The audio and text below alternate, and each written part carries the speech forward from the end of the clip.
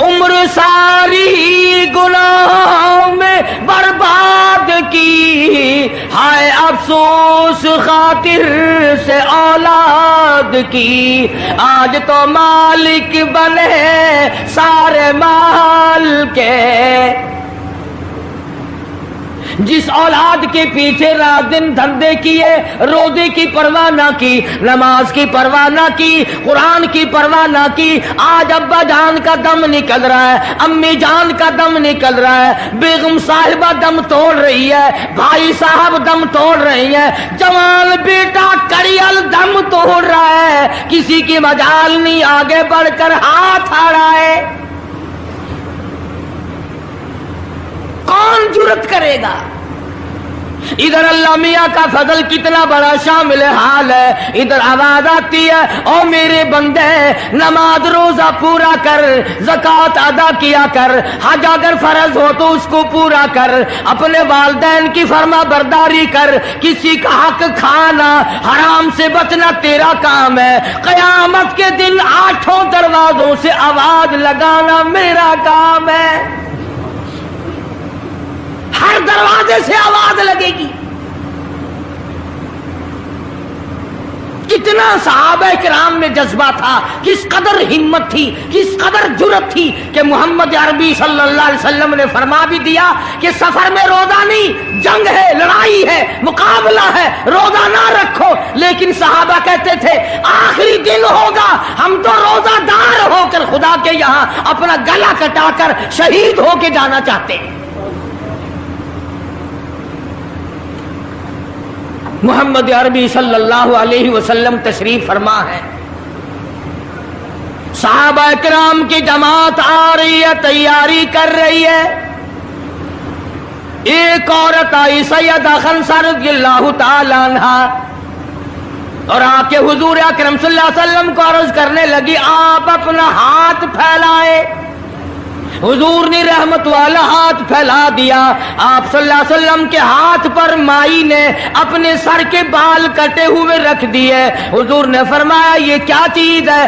عرض کرنے لگی جنگ کی تیاری ہے، جہاد کی تیاری ہے، کفر اسلام کا مقابلہ ہے، اسلام کو اللہ فتح نصیب فرمائے، پائی پیسہ میرے پاس نہیں، روپیہ دھیلا میرے پاس نہیں، ریشن گھوڑا میرے پاس نہیں، مجھے کئی دن گزر گئے سوچتے سوچتے اس جنگ میں، اس جہاد میں میرا حصہ کیسے پڑے۔ آج میرے دماغ میں یہ بات آئی میں اپنے سر کے بال کاٹ کر پیش کر دوں، شاید کسی مجاہد کی سواری کی نکیل بن جائے، میرا بھی حصہ پڑ جائے۔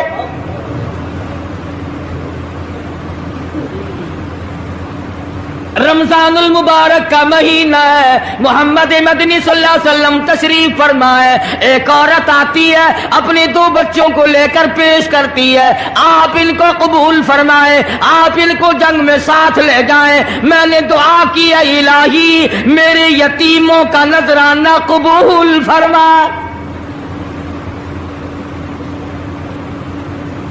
میدان جنگ گرم ہے، آپ نے فرمایا عبد الرحمن ابن عوف ان دونوں بچوں کو لے جاؤ، ان کی ماں کا بڑا جذبہ ہے، بیوہ عورت کا بڑا جذبہ ہے، اس کی بڑی محبت ہے، اللہ اور اس کے رسول کے نام پر اپنی اولاد کو قربان کرنا چاہتی ہے، ان بچوں کا ذرا دھیان کرنا۔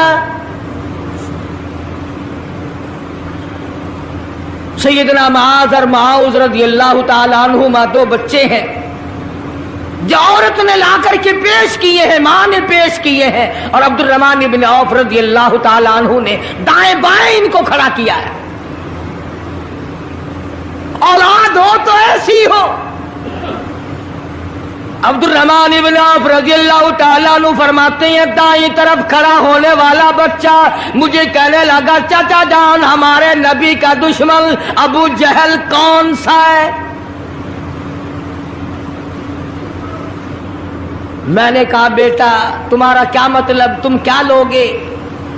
تمہاری والدہ نے تمہیں بھیج دیا ہے، کوئی کافر آ کر تمہارے گلے کاٹ دے گا، شہید ہو جاؤ گے، ٹھیک ہے،